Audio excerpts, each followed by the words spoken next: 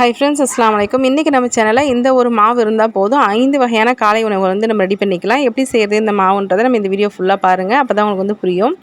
இந்த மாவு வச்சு பார்த்திங்கன்னா அரிசி மாவு ரொட்டி, இடியாப்பம், அதுக்கப்புறம் திக்கிடி, தேங்காய் பால் விலங்கான்னு சொல்லுவாங்க அதுக்கப்புறம் பார்த்திங்கன்னா தோல் ரொட்டி, இது எல்லாமே நம்ம செஞ்சு சாப்பிட்லாம். இதிலே பார்த்திங்கன்னா கார கொழுக்கட்டை, இனிப்பு கொழுக்கட்டை, அதுக்கப்புறம் புட்டு, இது எல்லாமே செய்யலாம். இந்த ஒரு மாவு ரெடி பண்ணி வச்சிட்டோம் அப்படின்னா நமக்கு கவலையே இருக்காது.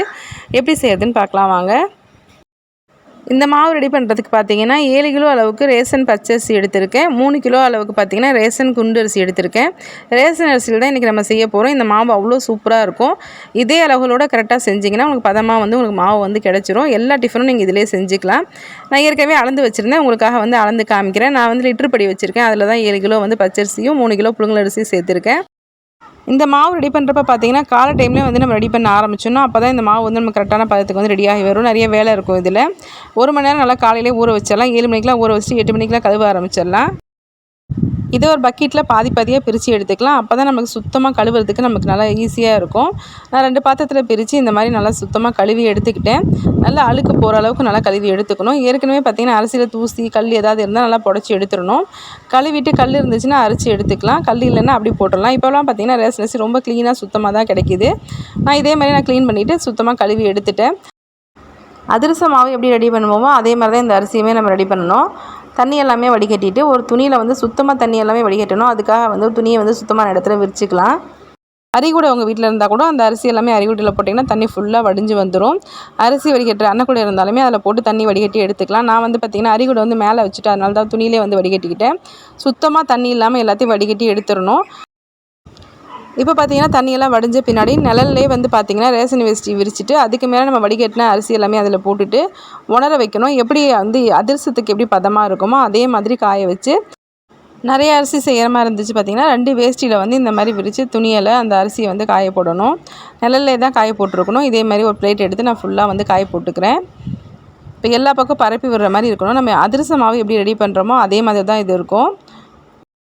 அரிசியில் பார்த்திங்கன்னா சுத்தமாக தண்ணி இருக்கக்கூடாது, நல்லா வடிஞ்சிருக்கணும். அதே மாதிரி தான் இப்போ நான் நல்லா தண்ணி வடித்து எடுத்துகிட்டு காய போட்டுட்ருக்கேன். உங்களுக்கு பார்க்கும் போதே தெரியும் எப்படி இருக்குன்னு சொல்லிட்டு. இப்போ எல்லாத்தையும் நல்லா பரவலாக காய போட்டுக்கலாம். நிழல்லே காய போடணும். இப்போ பார்த்திங்கன்னா காஞ்சிருச்சு, கொஞ்சம் ஒட்டி கொஞ்சம் ஈரமாகவும் இருக்குது.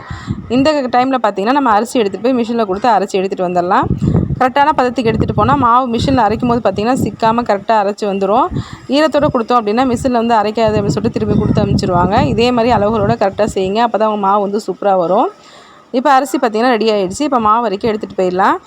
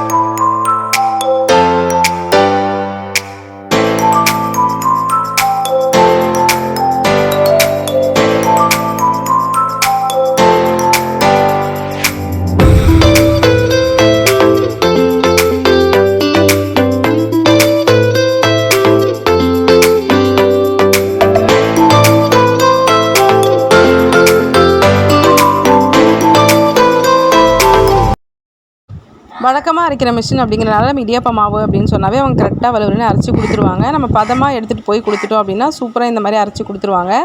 மாவை வீட்டில் எடுத்துகிட்டு அதே மாதிரி ரேஷன் வேஷ்டியை நிழல் உணர்த்தை விரித்து போட்டு இந்த மாவு அதில் காய போட்டுறணும். ஒரு 2-3 நாளைக்கு நல்லா மாவு காயணும்.